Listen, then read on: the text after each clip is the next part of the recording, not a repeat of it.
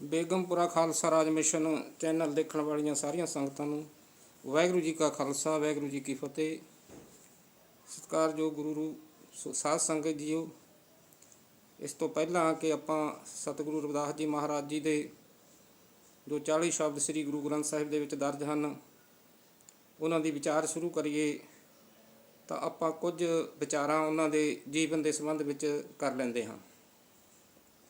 ਸਤਿਗੁਰੂ ਰਵਿਦਾਸ ਜੀ ਮਹਾਰਾਜ ਜੀ ਦਾ ਜਨਮ ਬਨਾਰਸ ਦੇ ਵਿੱਚ ਹੋਇਆ। ਉਹਨਾਂ ਦੀ ਜਨਮ ਤਰੀਕ ਦੇ ਬਾਰੇ ਵਿੱਚ ਵੱਖ-ਵੱਖ ਵਿਚਾਰਾਂ ਹਨ। ਉਹਨਾਂ ਦੇ ਸੰਬੰਧ ਵਿੱਚ 1399, 1430 ਅਤੇ 1456 ਇਹ ਤਰੀਕਾਂ ਵੱਖ-ਵੱਖ ਵਿਦਵਾਨਾਂ ਵੱਲੋਂ ਦੱਸੀਆਂ ਜਾ ਰਹੀਆਂ ਹਨ।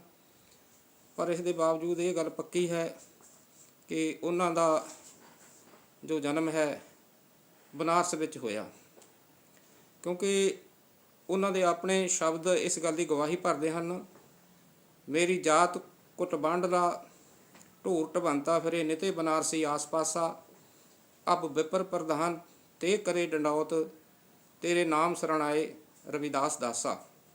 ਇਹ ਤੋਂ ਸਿੱਧ ਹੁੰਦਾ ਹੈ ਕਿ ਉਹਨਾਂ ਨੇ ਆਪ ਆਪਣੇ ਸ਼ਬਦ ਦੇ ਵਿੱਚ ਆਪਣੇ ਬਾਰੇ ਇਹ ਸਬੂਤ ਦਿੱਤੇ ਹਨ ਕਿ ਉਹਨਾਂ ਦਾ ਜਨਮ ਬਨਾਰਸ ਦੇ ਵਿੱਚ ਹੋਇਆ ਅਤੇ ਉਹਨਾਂ ਦੇ ਸਮਾਜ ਦੇ ਲੋਕ ਹਰ ਰੋਜ਼ ਬਨਾਰਸ ਦੇ ਬਾਹਰ ਰਹਿੰਦੇ ਸਨ ਅਤੇ ਮਰੇ ਹੋਏ ਡੰਗਰ ਚੱਕਣ ਦਾ ਜਾਂ ਚਮੜੇ ਦਾ ਕੰਮ ਕਰਦੇ ਸਨ।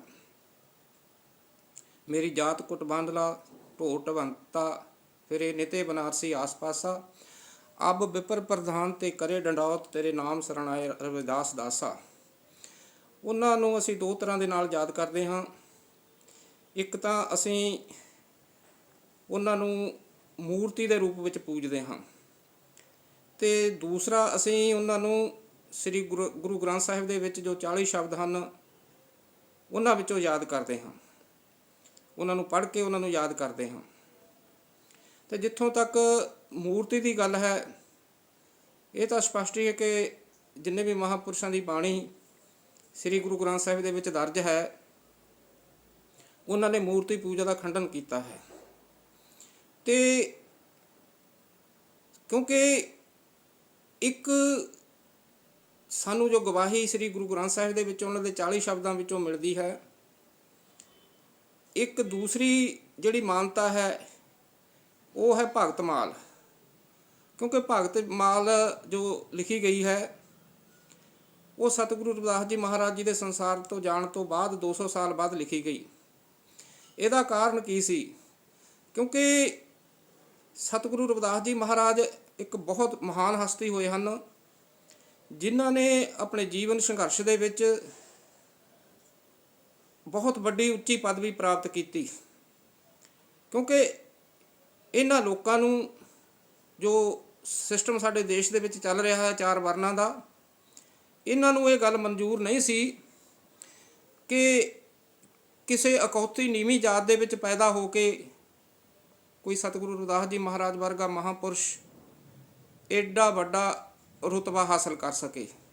ਕਿਉਂਕਿ ਉਹਨਾਂ ਦੇ ਗ੍ਰੰਥ ਇਸ ਗੱਲ ਦੀ ਗਵਾਹੀ ਭਰਦੇ ਹਨ ਕਿ ਇਹਨਾਂ ਦੇ ਵਿੱਚੋਂ ਕੋਈ ਇਤਨਾ ਵਿਦਵਾਨ, ਇਤਨਾ ਪਹੁੰਚਿਆ ਹੋਇਆ ਮਹਾਂਪੁਰਸ਼ ਨਹੀਂ ਹੋ ਸਕਦਾ।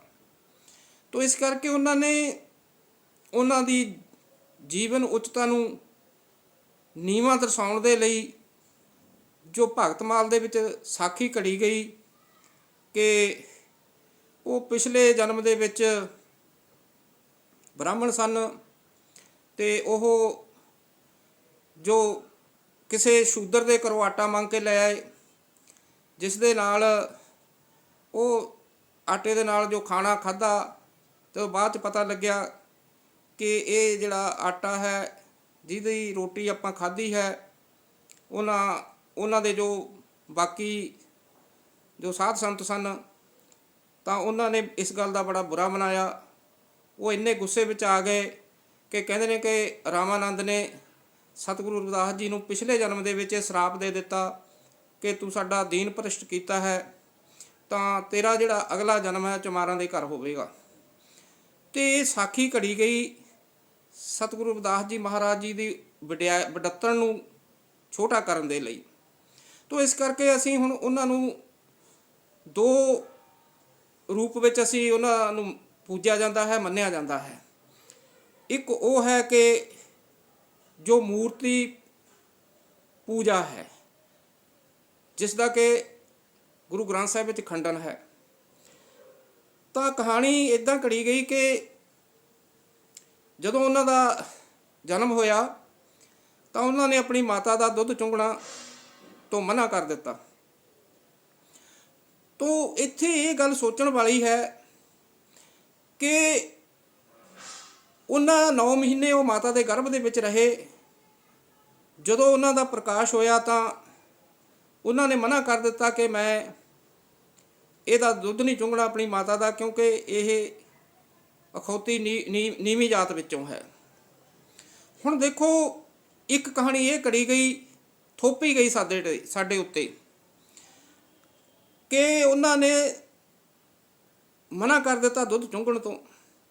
ਹੁਣ ਸੋਚਣ ਵਾਲੀ ਚੀਜ਼ ਹੈ ਕਿ ਜਿਹੜਾ ਰਵਿਦਾਸ ਅਖੌਤੀ ਜੋ ਕਹਾਣੀ ਘੜ ਕੇ ਸਾਡੇ ਸਾਹਮਣੇ ਪੇਸ਼ ਕੀਤਾ ਗਿਆ ਹੈ, ਜਿਹਨੂੰ ਅਸੀਂ ਅੱਜ ਤੱਕ ਮੰਨ ਰਹੇ ਹਾਂ, ਤਾਂ ਉਹ 9 ਮਹੀਨੇ ਮਾਤਾ ਦੇ ਪੇਟ ਦੇ ਵਿੱਚ ਰਿਹਾ ਅਤੇ 9 ਮਹੀਨੇ ਬਾਅਦ ਉਹ ਆਪਣੀ ਮਾਂ ਨੂੰ ਐਕਸੈਪਟ ਨਹੀਂ ਕਰ ਰਿਹਾ। ਉਹ ਕਹਿੰਦਾ ਬਈ ਮੈਂ ਇਹਦਾ ਦੁੱਧ ਨਹੀਂ ਚੁੰਘਣਾ ਹੈ। ਹੁਣ ਦੱਸੋ ਤੁਸੀਂ, ਉਹ ਰਵਿਦਾਸ ਜਿਹੜਾ ਕਿ ਆਪਣੀ ਮਾਂ ਨੂੰ ਹੀ ਮਾਂ ਮੰਨਣ ਤੋਂ ਇਨਕਾਰੀ ਹੋ ਗਿਆ ਹੈ, ਉਹ ਸਾਡਾ ਕੀ ਸਵਾਰ ਦੂਗਾ? ਤਾਂ ਉਹ ਇੱਕ ਰੂਪ ਹੈ ਉਹਨਾਂ ਨੂੰ ਮੰਨਣ ਦਾ, ਜਿਹੜਾ ਕਿ ਮੂਰਤੀ ਦੇ ਵਿੱਚ ਬੈਠਾ ਹੈ। ਲੇਕਿਨ ਸਤਿਗੁਰੂ ਰਵਿਦਾਸ ਜੀ ਮਹਾਰਾਜ ਜੀ ਦੇ ਜਿਹੜੀ ਆਪਣੀ ਹੱਥਾਂ ਨਾਲ ਲਿਖੀ ਹੋਈ ਬਾਣੀ ਹੈ, ਸ੍ਰੀ ਗੁਰੂ ਗ੍ਰੰਥ ਸਾਹਿਬ ਦੇ ਵਿੱਚ ਦਰਜ ਹੈ, ਜਿਸ ਨੂੰ ਕੋਈ ਚੈਲੰਜ ਨਹੀਂ ਕਰ ਸਕਦਾ। ਕਿਉਂਕਿ ਜਿੱਥੇ ਕੰਨਾ ਬਿੰਦੀ ਟਿੱਪੀ ਉਸ ਸਮੇਂ ਲੱਗ ਗਈ, ਜਿਵੇਂ ਬਾਣੀ ਲਿਖ ਦਿੱਤੀ ਗਈ ਉਸੇ ਰੂਪ ਦੇ ਵਿੱਚ ਅੱਜ ਸਾਡੇ ਕੋਲ ਮੌਜੂਦ ਹੈ, ਪ੍ਰਮਾਣਿਕ ਹੈ। ਅਸਲ ਵਿੱਚ ਉੱਥੇ ਬੈਠੇ ਰਵਿਦਾਸ ਜੀ ਕਹਿ ਰਹੇ ਨੇ ਕਿ ਹੇ ਮੇਰੇ ਸਮਾਜ ਦੇ ਲੋਕੋ, ਮੈਂ ਮੂਰਤੀ ਵਿੱਚ ਨਹੀਂ ਹਾਂ, ਮੈਂ ਆਪਣੀ ਬਾਣੀ ਦੇ ਵਿੱਚ ਹਾਂ, ਮੈਂ ਆਪਣੇ ਸ਼ਬਦਾਂ ਦੇ ਵਿੱਚ ਹਾਂ। ਨਾਗਰ ਜਨਾ ਮੇਰੀ ਜਾਤ ਬਖਿਆਤ ਚਮਾਰੰ, ਹਿਰਦੇ ਨਾਮ ਰਾਮ ਨਾਮ ਗੁਣ ਗੋਬਿੰਦ ਗੁਣ ਸਾਰੰ।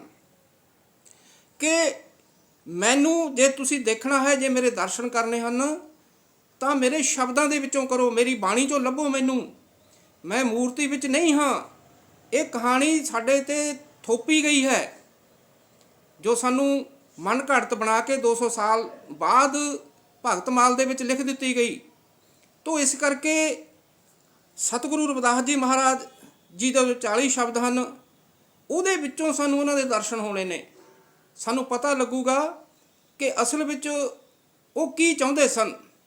ਇਸ ਦੇਸ਼ ਦੇ ਵਿੱਚੋਂ ਜੋ ਅਸਮਾਨਤਾ, ਊਚ ਨੀਚਤਾ ਨੂੰ ਖਤਮ ਕਰਨਾ ਚਾਹੁੰਦੇ ਸਨ, ਅਤੇ ਸਾਨੂੰ ਅਸਲ ਸਾਰੀ ਵਿਚਾਰਧਾਰਾ ਜੋ ਸਤਿਗੁਰੂ ਰਵਿਦਾਸ ਜੀ ਮਹਾਰਾਜ ਜੀ ਦੀ ਹੈ, ਉਹ ਸਾਨੂੰ ਉਹਨਾਂ ਦੇ 40 ਸ਼ਬਦਾਂ ਵਿੱਚੋਂ ਲੱਭਣੀ ਹੈ, ਜੋ ਕਿ ਗੁਰੂ ਗ੍ਰੰਥ ਸਾਹਿਬ ਦੇ ਵਿੱਚ ਦਰਜ ਹਨ। ਸੋ ਇਸ ਕਰਕੇ ਗੁਰੂ ਰੂਪ ਸਾਧ ਸੰਗਤ ਜੀਓ,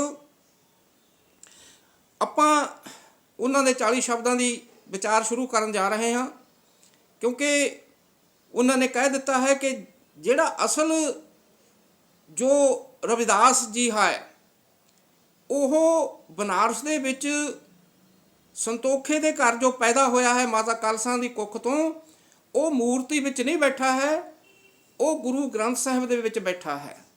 ਜੋ ਮੂਰਤੀ ਵਿੱਚ ਬੈਠਾ ਹੈ, ਉਹ ਸਾਡੇ ਉੱਤੇ ਥੋਪਿਆ ਗਿਆ ਹੈ ਮਨ ਘੜਤ ਬਣਾ ਕੇ, ਅਤੇ ਤਾਂ ਜੋ ਅਸੀਂ ਇਹ ਭੁਲੇਖੇ ਦੇ ਵਿੱਚ ਪੈ ਰਹੀਏ ਕਿ ਇਹ ਕਿਤੇ ਉਹਨਾਂ ਦੀ ਬਾਣੀ ਨੂੰ ਨਾ ਸਮਝ ਜਾਣ, ਲੋਕ ਉਹਨਾਂ ਦੀ ਬਾਣੀ ਨੂੰ ਨਾ ਪੜ੍ਹਨ ਲੈਣ, ਉਹਨਾਂ ਦੀ ਬਾਣੀ ਨੂੰ ਨਾ ਸੁਣ ਲੈਣ।